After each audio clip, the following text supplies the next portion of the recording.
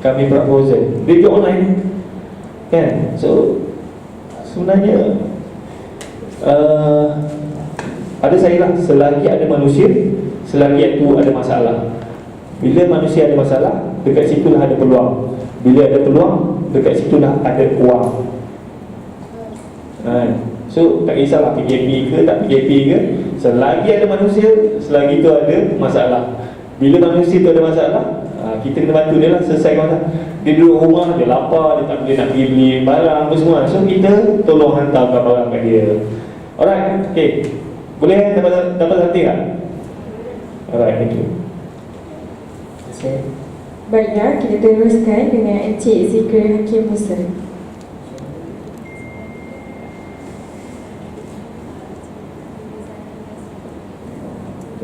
Okey, saya dapat soalan tadi perbezaan industri sebelum PKP dan selepas PKP, betul tak?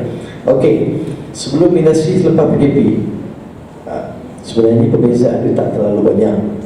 Kalau dari sudut pengalaman sebelum PKP dan semasa PKP dan selepas PKP, apa yang saya buat adalah cara mengatur kewangan syarikat.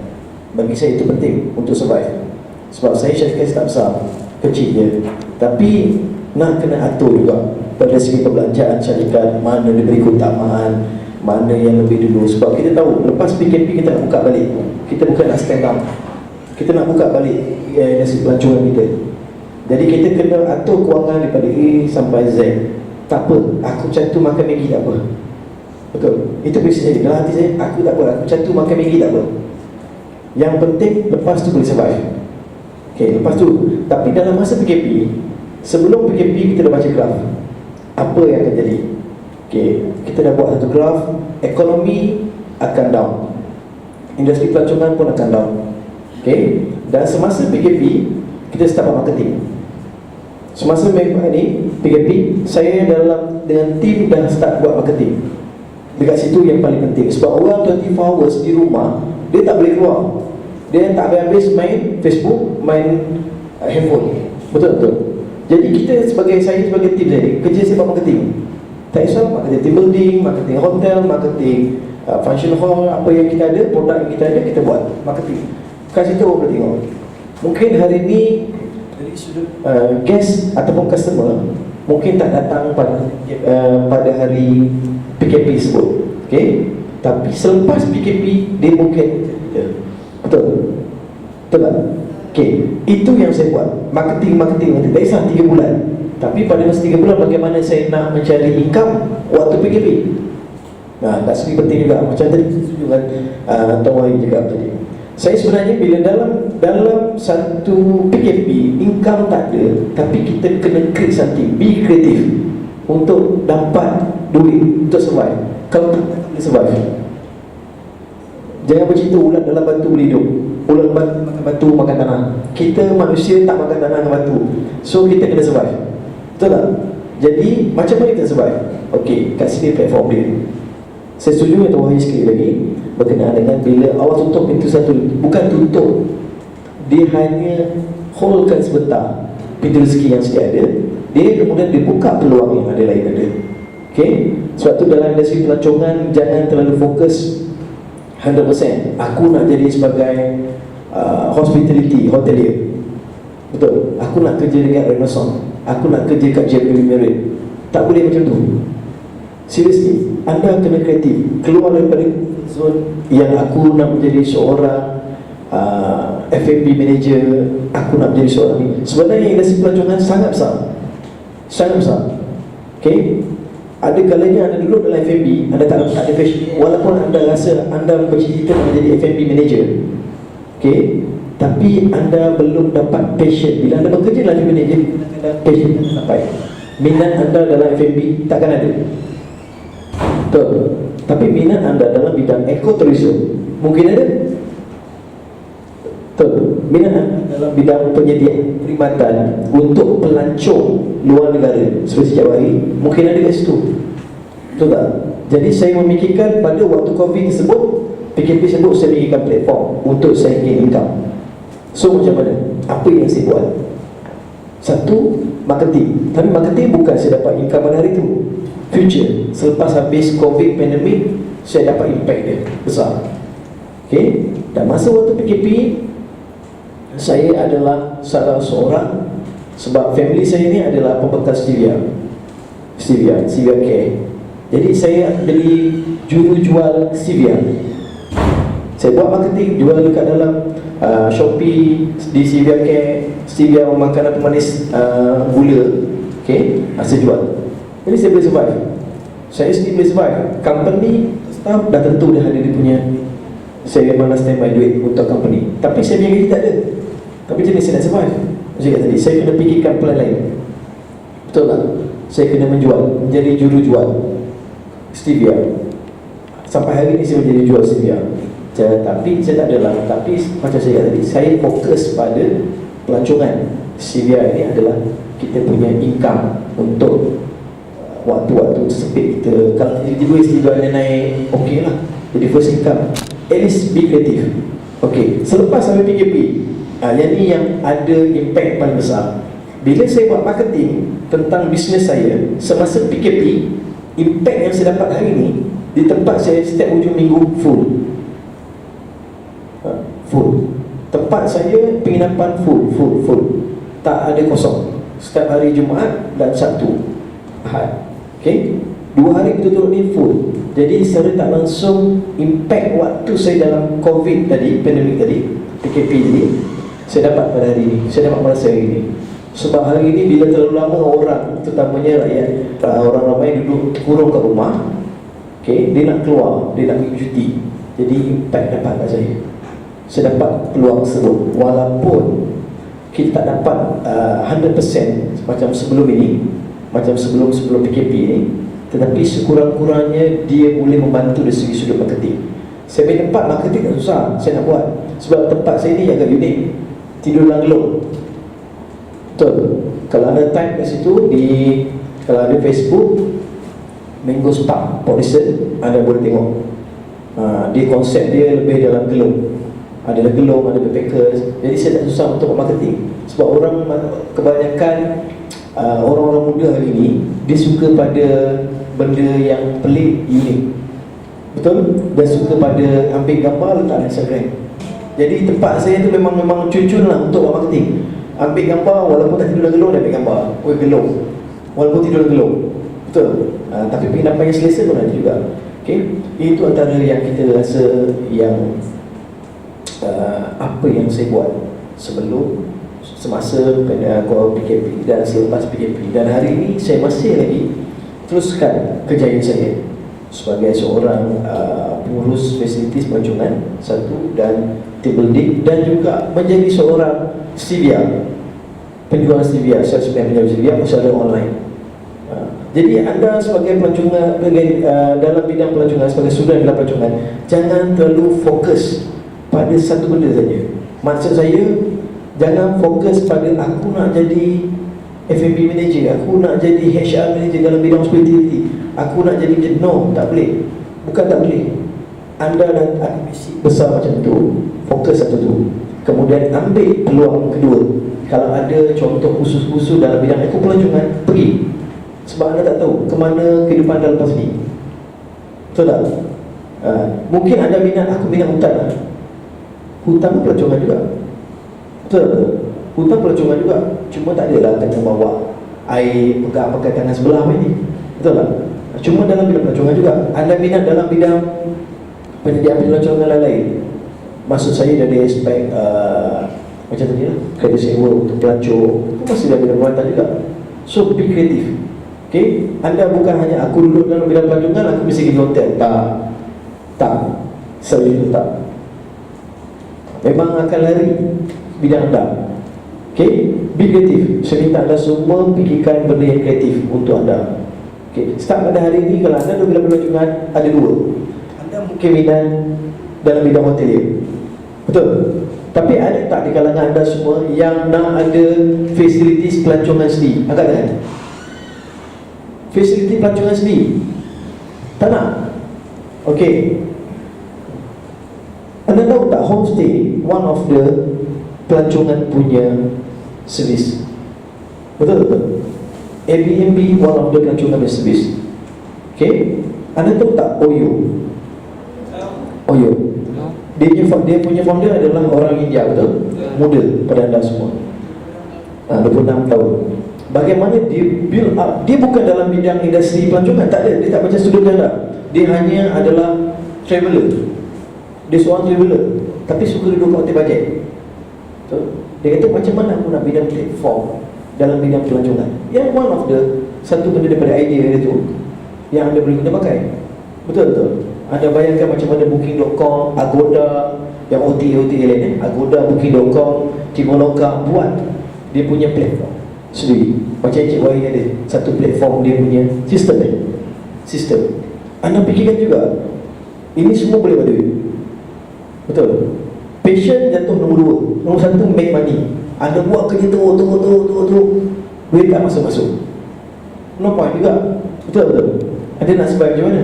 So, first adalah, bagi saya lah, pendapat saya, first adalah duit. Sebab anda nak survive. Nombor 2, passion, minat. So, tapi jangan fokus pada hotel. Fokus pada semua benda yang ada sangkut paut dengan pelancongan. Okay? Belajar. Sebab sekarang ni senang untuk belajar. Anda ada social media, anda ada internet, just Google macam mana nak jadi seorang turis yang terbaik. Apa yang terbaik platform yang ada dekat sini, okay, OTA, pecahkan. Anda buat satu graf, aku nak jadi macam ni, aku kena study yang ni. Aku nak buka Airbnb aku sendiri, aku kena study macam ni. Aku nak yang macam ni, aku kena study macam ni. Betul? Jangan fokus aku nak pergi hotel, no. Saya tahu sebab saya dulu pernah handle satu grup Transair, bidang pelancongan. Fokus ada lain. Satu nak jadi pramugari ataupun pramugara, betul tak? Nombor 2 adalah jadi hotelier. Jadilah hotelier, kan? Nak kerja mana, nak song apa semua. Saya cakap lah, boleh bekerja, tapi passion kalau tak ada, tak guna. Yang penting first adalah income, duit. Okay, itu saja. Terima kasih. Kita teruskan lagi dengan Puan Nur Rashiham. Boleh tak you ulang soalan ni? Takut lagi dia boleh ni. Perbezaan industri sebelum dan selepas PKP. Okey. Kita tengok sebelum, actually dari segi minat orang untuk datang membuat aktiviti adventure, sebenarnya tak ada beza dari segi minat. Sebab before PKP memang semua orang untuk travel, planning activity every week, every weekend. Orang yang ni lah kaki hiking ke, yang kaki travel ni, dalam sebulan tu dia dah ada jadual dia. Weekend ni pergi mana, weekend ni hiking mana, pergi gua mana, pergi pulau mana. Okay? Dari segi minat sama saja. In fact, lagi dia macam membuat-buat nak pergi keluar after PKP. Lagi dia buat planning. Jadi dari segi minat tak ada beza lah. Tapi daripada segi kata modus operandi itulah, memang banyak bermain online, kan? Contoh during PKP,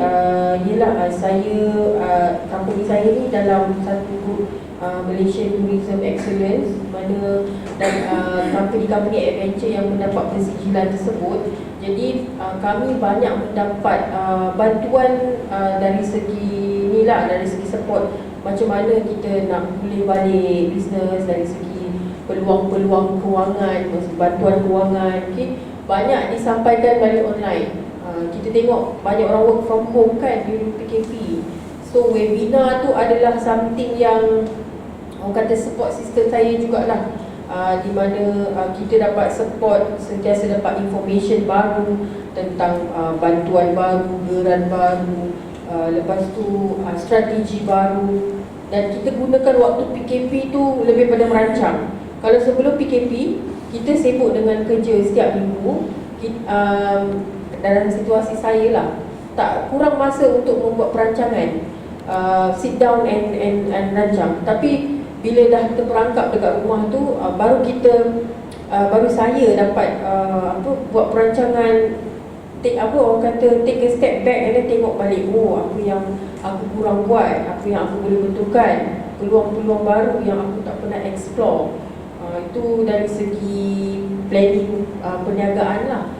Kemudian apabila customer ni ramai dah terperangkap dekat rumah 3 bulan kan, waktu PKP tu saya melancarkan sales post PKP. Post PKP sebenarnya sales tu bukan sesuatu yang baru lah. Kita sebenarnya ambil contoh daripada company-company gegasi atau yang lebih dikenali macam AirAsia, hotels, yang mana dia jual dulu tapi travel later. Jadi kami dalam grup kami tu berbincang tentang itulah, buat satu sales yang super sales lah orang panggil, yang mana saya sendiri tak pernah buat sales macam tu untuk Gua Batu Malui. So sebenarnya lebih kepada nak nombor satu, merancakkan lagi lah, kickstart, orang kata kickstart. Lepas PKP nanti kita nak kickstart bisnes kita macam mana kan. So kita lancarkanlah sales untuk 100 orang pertama, dan memang dalam 4 hari habis voucher yang saya jual tu. Dan sales tu sebenarnya kalau ikutkan sebelum ni saya tak buat sales. Untuk Batu Malui tu orang kata di Gua Batu Malui saya jarang buat sales sebabnya maksud saya promosi, saya jarang buat promosi sebab orang memang cari. Tapi dalam waktu PKP ni macam Cik Izzat kata tadi, terpaksa jadi kreatif ataupun tiba-tiba kreativiti tu datang, buat sales pula. Jadi kita buat sales dan kita jadi lebih kreatif dari sudut itu. Maksudnya kita explore lagi jalan-jalan buat promosi. Cuma walaupun saya habis jual voucher tu, customer masih tak dapat pakai lagi lah, because at this point Gua Batu Malui masih lagi ditutup oleh Jabatan Perhutanan Negeri Sembilan. Tetapi macam kata tadi, again coming back to kreatif, cari apa peluang lain. Sebabkan kawan-kawan adventure yang lain yang beroperasi dekat Perak, di Gopeng kalau you all tahu, di sana adalah pusat whitewater rafting, caving, camping tepi sungai, waterfall sailing, river tubing. Di sana pun satu pusat adventure tourism. Dan disebabkan dekat sana tu usahanya semuanya adalah usaha private, bukanlah di bawah properti Jabatan Perhutanan atau mana-mana jabatan hutan, maksud saya jabatan kerajaan. Jadi mereka apabila kerajaan umum saja, KBN umum berapa hari bulan? 15 hari bulan ke 10 hari bulan Jun dah boleh mulakan aktiviti kan. Jadi mereka immediately boleh teruskan. So apa kita buat, walaupun Batu Malui tak boleh buat operasi, bila saya buat promosi dekat belah sana. So alhamdulillah dapat jugalah untuk survival sajalah. Maksudnya sebelum ni R&R Adventures memang mempunyai collaboration dengan kawan-kawan di sebelah sana. Tetapi apabila berlakunya PKP ni, kita lebih aktif dan lebih kreatif dari sudut kolaborasi. So macam-macam kolaborasi timbul lah dari sudut itu. So dan kita nampak niche market yang baru pula. Kalau sebelum ni kita lebih pada kalau di Batu Malui pelanggan kami sebenarnya kebanyakan adalah students like you, daripada sekolah sampailah ke universiti. Big groups. Kemudian kumpulan korporat, and then kumpulan hikers, geng-geng adventure yang persendirian ni. Kalau ikutkan perancangan saya untuk tahun ni di Batu Malui ialah saya lebih nak target kepada pelancong asing. Itu nanti cabaran lah. Sebabnya di Batu Malui ni apabila kita banyak attend tu group yang saya cakap tadi, kita banyak buat kerja weekend. So saya nak tahun ni saya nak banyak akan aktiviti weekdays. What happens during weekdays kan? Memang ada juga yang datang tapi kurang orang Malaysia. Jadi siapa yang boleh datang, keep on coming on weekdays, tak kira hari kerja, pelancong lah. Jadi agak tersekat di situ sebab target saya tahun ni ialah buat untuk fokus kepada niche market. Tadi yang disebut tentang kek kan, kek tu makin besar makin kecil. Red Ocean ni ialah satu market yang dah nak saturated kan. So dipanggil the opposite is the Blue Ocean strategy kan. So walaupun kami ni kecil, tapi kami pun nak menjalankan itulah Blue Ocean strategy, pergi kepada niche market yang orang tak sentuh. In fact saya tak pernah buat sebab company kecil, tak pernah buat investment yang besar pergi cuba cari peluang. Tapi bulan 1 tu sebenarnya saya fly ke China, ikut satu group tour Malaysia punya macam travel agent, untuk buat kolaborasi ataupun create new market, new orang kata deals dengan travel agent di sana. Boleh katakan CP jugalah kami ni dengan COVID. Sebab awal Januari kami ke Burma, di belah bawah China, dan ada 700 travel agent seluruh China berkumpul di situ. Kami berpeluang juga jumpa dengan yang Muslim Chinese travel agents, dan itu memang selari dengan plan saya tahun ni, iaitu nak bawa lebih banyak foreigners so that kita boleh penuhkan hari-hari kosong tu, Isnin sampai Khamis tu. Saya sampai Jumaat. Tapi apakah daya balik saja, 2 bulan lepas tu terus cut off, everything cut off. So I think you pun cakap kan, seems like dalam maybe 2-3 tahun foreigners tak boleh masuk agaknya, at least setahun. So I think I have to forget about bringing in foreigners, lebih banyak foreigner ke Batu Baloi dari yang sedia ada. So itu yang buat kita jadi kreatif tu. Lebih banyak main online, lebih banyak buat sale. Sebelum ni memang orang Google Batu Baloi jumpa, Google jumpa. Jadi sekarang ni saya kena buat promosi lebih online, dan kita explore juga Shopee. People know Shopee is a platform for buying products, makanan apa semua itu yang sales. Macam Cik Wahid kata tadi, makanan punya food punya bisnes memang naik kan. Dan di situ juga peluang saya untuk belajar menjual tiket-tiket voucher pelancongan, travel vouchers on Shopee. Belum ada hasil lagi, tetapi yelah, maksudnya saya baru buka mata kepada platform-platform baru untuk buat marketing. Itu saja. Okey, terima kasih diucapkan kepada panel jabatan kita atas menceritakan cabaran yang dihadapi. Okey, sekarang ni saya nak cakap pula tentang pandemik COVID-19 ni yang telah menular ni.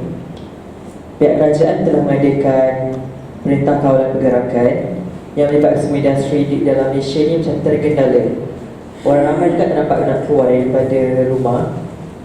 Bagaimanakah pihak tuan dan puan menghadapi cabaran ini untuk membangun semula selepas pasca COVID-19 ni? Dan apakah strategi yang digunakan untuk mempromosikan semula organisasi tuan dan puan? Dan sewaktu tempoh Perintah Kawalan Pergerakan ini juga, kerajaan telah pun mengeluarkan bantuan berbentuk penjara, JKP, Gerak Khas Prihatin, dan moratorium dan sebagainya. Adakah bantuan yang diberikan kerajaan ini membantu serba sedikit organisasi yang dijalankan pihak tuan dan puan? Saya mulakan dengan Tuan Wahid dulu ya. Alright, thank you. So saya nak sentuh pasal bantuan tu lah. So jadi kerajaan Malaysia ni dia membantu terlalu banyak lah. Mula-mula macam kita kereta sewa ni dia bagi moratorium, mana dia paksa bank semua bagi moratorium, mana kita tak perlu bayar dalam masa 6 bulan. Itu pun dah membantu banyak lah. Lepas tu dia bagi macam staff-staff, dia bagi allowance, ada yang dapat. Lepas tu boleh withdraw KWSP. And then macam saya pun saya ada kaunter kereta sewa dekat airport di Tulu, Sarawak. So yang tu pun government bagi waive 3 bulan. Dia bukannya tak bayar, tapi dia extend 3 bulan. So and then banyak geran-geran yang dibagi. So kerajaan Malaysia ni dia, kalau tak silap saya, hari tu kan dia bagi 250 bilion kan. Dia pump duit dalam ekonomi. So bantuan tu terlalu banyak lah kalau kita nak banding dengan negara luar semua. And then sekarang ni itulah, rakyat Malaysia ada banyak duit sekarang ni kan. So sebab tu lah e-commerce sekarang ni tengah meletup-letup, buat orang banyak duit. Alright, so saya nak cerita pasal yang apa cabaran, apa kita punya planning tu semua. So kalau nak ikutkan COVID-19 ni kita boleh samakan dengan economic recession macam tahun 1930-an dulu lah kan. So itu berlaku dekat US. So kalau ikut sejarah dia, ekonomi tu dia nak pulih balik kembali kepada asal, dia ambil masa 10 tahun. So saya assume lah, so bila orang tanya berapa lama kita nak pulih, macam masa mula-mula PKP tu saya ingat mungkin tahun ni, ujung tahun ni dah boleh pulih. Tapi bila saya fikir-fikir balik, mungkin dia akan ambil masa lah, mungkin setahun, 2 tahun. Sebab pelancongan ni dia macam company saya banyak bergantung, banyak sumber tu datang daripada pelancong. Kalau kita domestik tu boleh, tapi itulah kita bersaing dengan orang lain tu semua kan. And then sekarang ni tahun 2020. Sebenarnya kalau kita tengok, ini adalah satu revolusi. Kita start daripada, kita tengok tahun 2000. Masa tu internet baru nak berkembang. Tahun 2000 masa tu saya masih belajar dekat universiti. Saya buat degree. So masa tu internet wifi tak ada lagi masa tu. Kalau nak pakai kalau masa dulu kita pakai modem pun. Modem masa tu. Telefon tu masih belum ada smartphone dulu. Kita dulu kalau internet tu kena pakai GPRS. Memang slow gila. Orang sekarang ni laju. Kan ada fiber lah, 3G lah, 4G lah, laju. So masa tu lah Alibaba muncul. Alibaba dia start buat online. Sekarang ni kita tengok Alibaba, what happened to Alibaba. Alibaba sekarang ni dah billion dollar company. Tapi Alibaba dia bermula pada tahun 1999, revolusi sebab dah ada internet. Lepas tu kita masuk pada tahun 2010. 2010 apakah revolusi berlaku? Masa itulah apps sedang naik. So Facebook keluar, WhatsApp keluar, IG keluar semua. So orang dah gunakan apps. Okay, dulu macam nak buat marketing, masa saya buat kereta sewa tahun 2006, macam mana nak buat marketing? Aku tampal ada poster dekat dinding-dinding, tak apa-apa kan. Tapi sekarang ni tak payah nak tampal dah. Kau post je dekat Facebook, kau post dekat IG, dah boleh buat marketing. Sebab free kan. Dulu nak pergi lagi, nak pergi tampal, koyak lagi semua kan. So that is a revolusi. And then tahun 2020 berlaku lagi revolusi. Revolusi kita ni sekarang adalah e-commerce kan. Saya rasa memang Tuhan atur. Macam dulu ada orang tu nak order food panda tak lagi.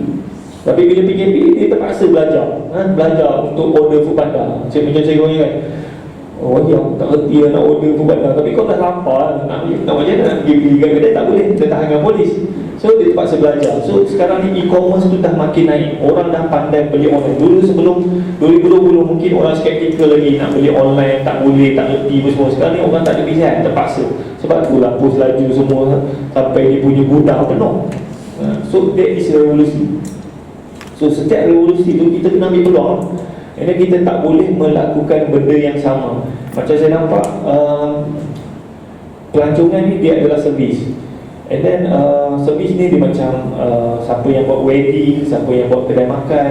And then saya tengok kawan-kawan saya, dia orang ni dia hybrid. Dia dah hybrid. Contoh ada kawan saya ni dia buat restoran. So restoran dia pun buat catering juga. So masa PKP restoran dia kena tutup, lepas tu catering dia pun tak boleh nak jalan. Apa yang dia buat adalah dia buat macam dia partner dengan Foodpanda, mean delivery. Orang order dia hantar kan, dia e-commerce lah. Dulu orang nak pergi kena makan kat kedai, sekarang ni orang boleh order. Okey, lepas tu dia pun sebab dia masak, dia boleh buat produk. Dia buat produk lah, dia buat rendang lah, dia buat acar semua dia jual.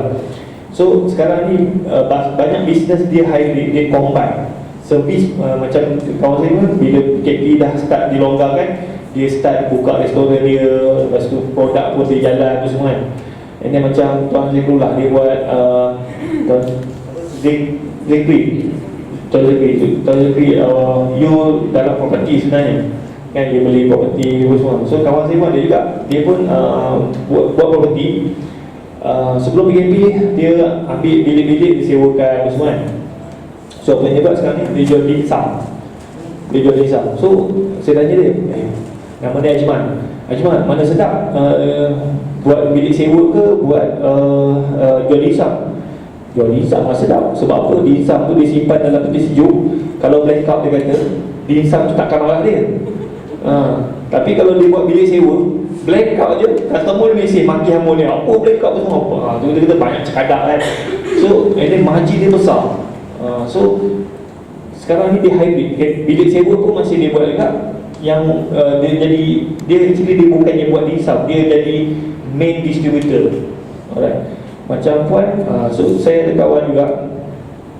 Dia dulu travel agent, dia bawa pelancong pergi luar negara. Sekarang ni dah tak boleh bawa pun. Apa yang dia buat? Dia pakat dengan mak dia buat rendang. Dia buat produk, dia masak rendang, jual. Dia business di Tokyo agent. Alright, so pada saya sekarang ni lah, business service kita kena hybrid, kita kena service kita mesti jalan. And then dalam masa sama kita explore a new benda. And then macam saya cakap tadi, 2020 adalah zaman e-commerce. So kalau kau ada produk, kau buat produk tu, ataupun kalau kau tak nak buat produk, kau jual produk orang. And then gunakan platform e-commerce, Shopee, Lazada, Fingo, apa lagi, and then Foodpanda apa semua. So gunakan benda tu. So kalau you ambil peluang tu, insyaAllah you akan mampu. Jangan you tengok COVID apa semua, cabaran, orang kena buat kerja apa semua. Setiap apa benda yang Tuhan bagi tu mesti ada benda hikmah dia kan. So you tengok, saya lebih suka tengok side positif daripada aku nak main biola, nak bersedih apa semua. So apa peluang yang kita boleh nampak kan. Okey ke ni? Faham ke saya cakap apa ni? Tengok je kan. Alright, okay, thank you. Kita teruskan dengan Cik Zikril untuk memberikan pandangan. Okey,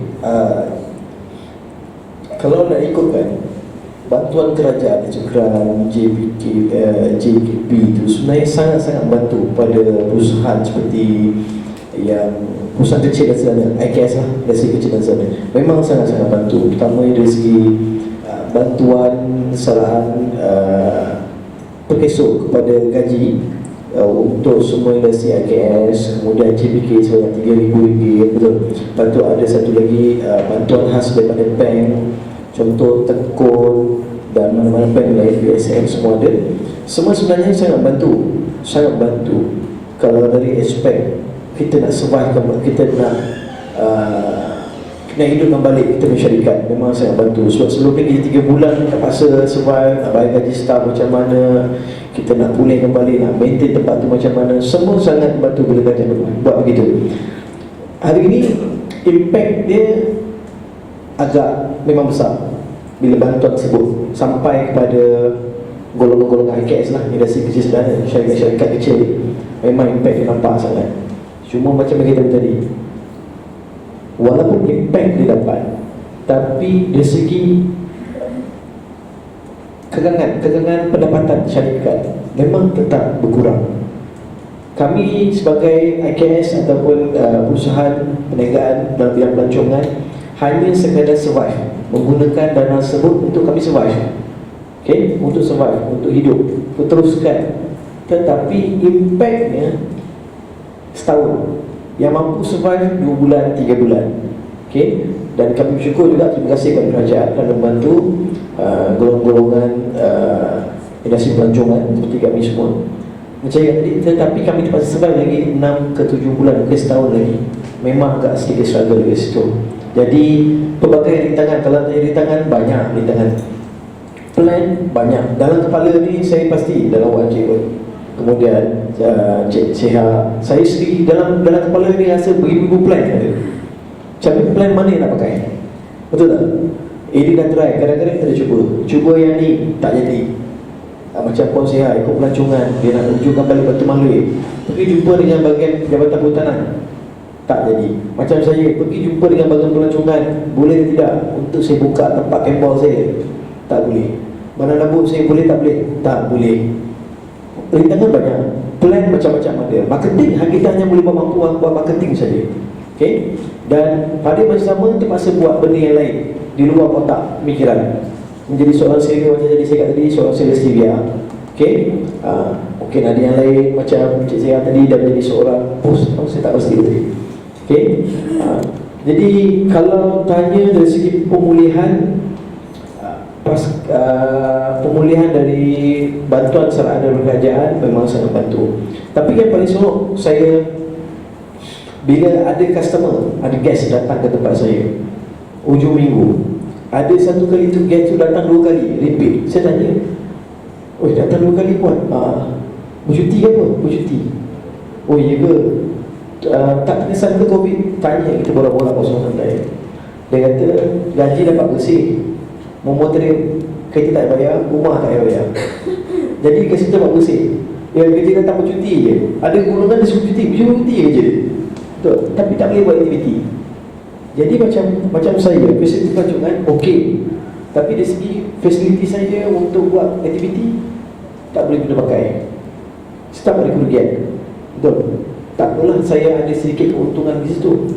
Tapi bagaimana pula dengan orang macam ekor pelancongan yang nampak impact yang besar, macam industri kerja sewa, impact yang besar. Okay. Saya nampak impact paling besar dari aspek training saya, team building. Memang sangat-sangat terkesan, sangat-sangat besar. Okay. Memang itu punca pendapatan awal saya untuk membina satu platform dalam bidang pelancongan. Tapi memang hari ini memang tak boleh bergerak apa-apa. Jadi kesannya sangat besar.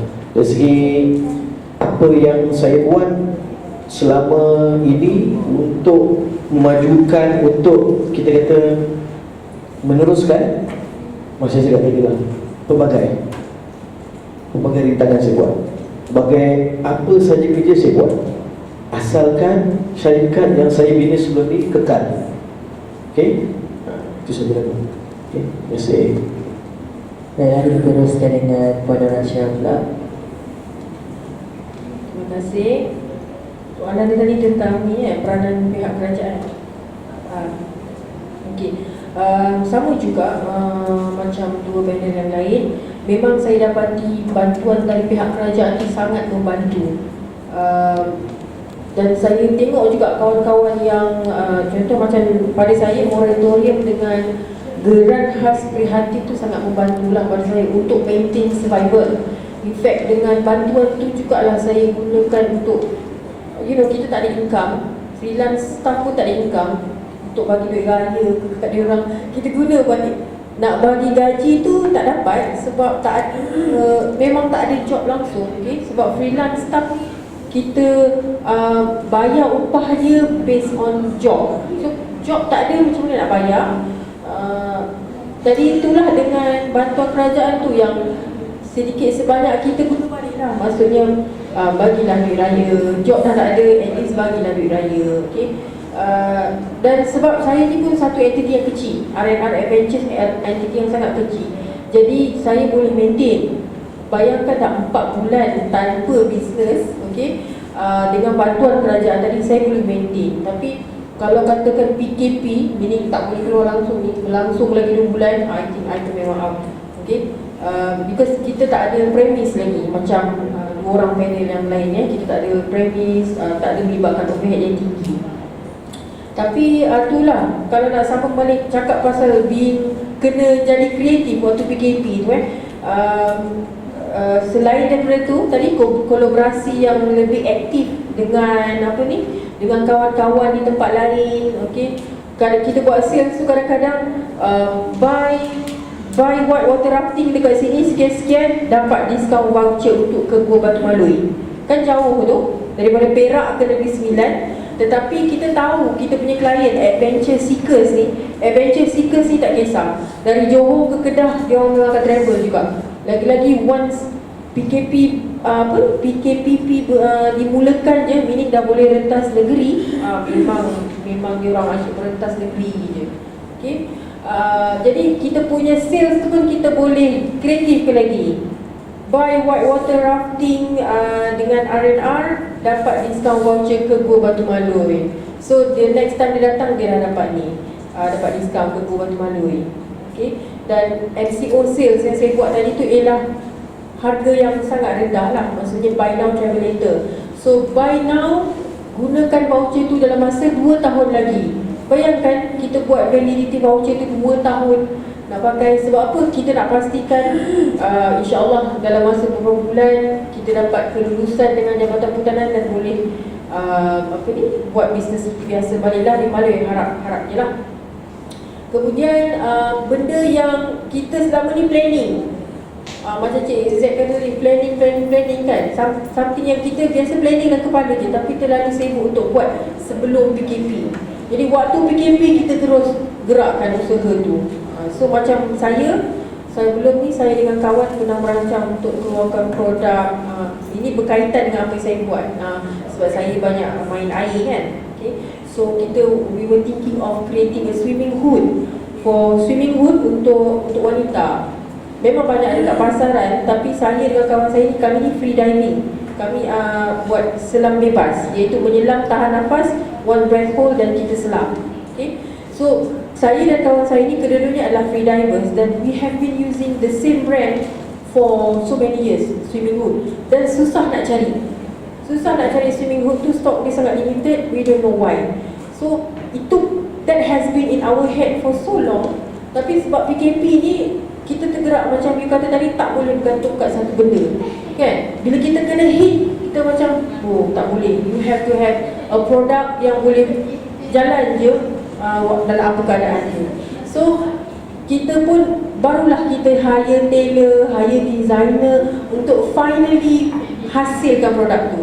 Dia belum terhasil lagi, masih dalam proses buat prototype, tapi kita orang kata merealisasikanlah something yang dah lama terkubur dekat kepala kan. Sebabnya kami memang dikenali sebagai orang kata orang yang suka main air. Kalau siapa follow saya di social media, walaupun saya tak cakap saya suka air, tapi orang boleh nampak daripada posting saya tu, saya ni asyik dengan air je kan. Cik Z pun komen kata macam duyung lah apa. Sometimes kita punya passion tu orang nampak walaupun kita tak cakap. Jadi maksudnya di situ kita dah ada satu branding, okay? Ataupun orang kenal kita, dia ni air. Okay, dia ni air. Jadi kita nak keluarkan satu produk yang mana swimming hood tu dia macam selesa macam dia pakai tudung. Sebab orang perempuan ni dia mesti nak yang cantik-cantik, cucu dekat dahi dia ni kan, dia boleh pegang dekat leher ni semua. Okay, tetapi dia praktikal kalau you diving, kalau you swimming. Macam mana kalau you swimming selalu akan ada gelembung udara. Macam mana kita nak keluarkan, macam mana kita nak pastikan pemakaian kita, swimming kita tu tak ada gangguan lah. Jadi itu salah satu orang kata hikmah PKP juga, menyebabkan kita buat something yang kita selama ni tahan ataupun tanggung. Jadi alhamdulillah bila dah ada bila kerajaan dah buka rentas negeri ni, walaupun operasi utama saya di Gua Batu Malin tu tak dapat diteruskan, okay, tetapi itu yang buat orang lain bila tak boleh pergi sini, dia akan cari aktiviti apa dia boleh buat. Jadi bila saya buat trip kayaking yang kalau ikutkan dari segi harga tu sebenarnya agak mahal, okay, tapi orang beli juga dan habis kan. Jadi alhamdulillah lah, satu tempat tak boleh buat aktiviti, kita boleh buat aktiviti dekat tempat lain, dekat negeri lain yang mungkin kelonggaran ada sikit. Terus terang saya katakan, not to be negative here, okay, kerajaan memang banyak membantu, tetapi masih ada halangan-halangan lagi, terutama di Negeri Sembilan.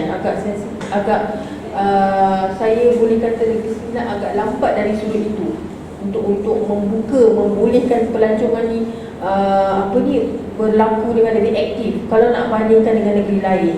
Jadi sebab itu dari sudut adventure tourism, aktiviti yang saya boleh buat sekarang ni semuanya berlaku di luar Negeri Sembilan. Tapi itulah orang kata tadi, kena adapt. Sini tak boleh, buat kat sana. So we cannot just have one lah. Cannot just have one.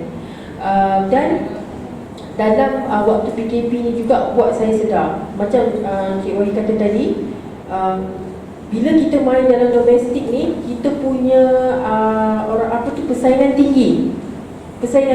Macam mana kita nak jadikan kita ni lain daripada orang lain kan? Persaingan dari segi harga tu jangan cakap lah. Memang apa saja bisnes, persaingan harga, potong harga, sailang harga itu semua ada. Tapi saya belajar during PKP ni, bila kita macam orang kata terpaksa cari jalan, macam mana kita nak jadi lain, ialah kita harus set diri kita ni ada value yang lain daripada orang lain. Sebab itu R&R Adventures merupakan salah satu daripada 38 company adventure di Malaysia yang mempunyai Malaysia Tourism Excellence Business Certification.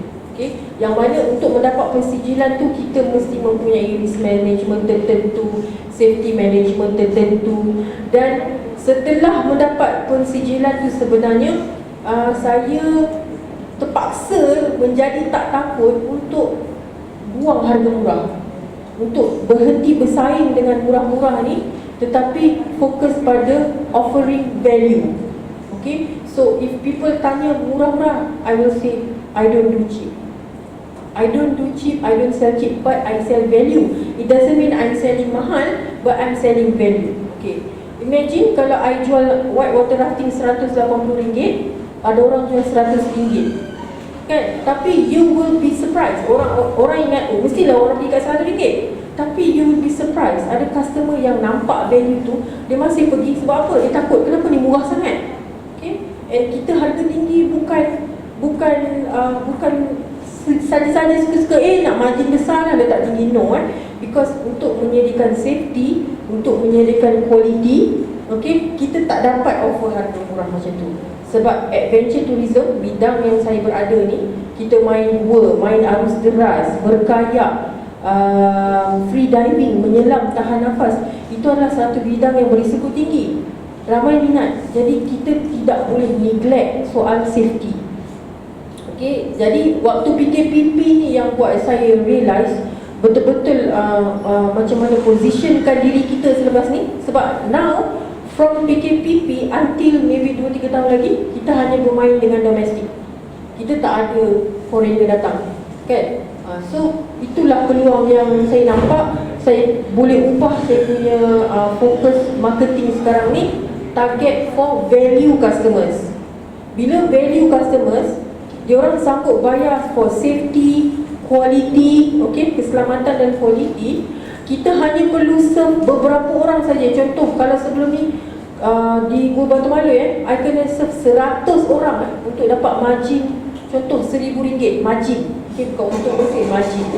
Tapi dengan value baru kita bagi, dengan safety kita naikkan itu ini, macam-macam kita offer, serve 40 orang macam margin serve 100 orang.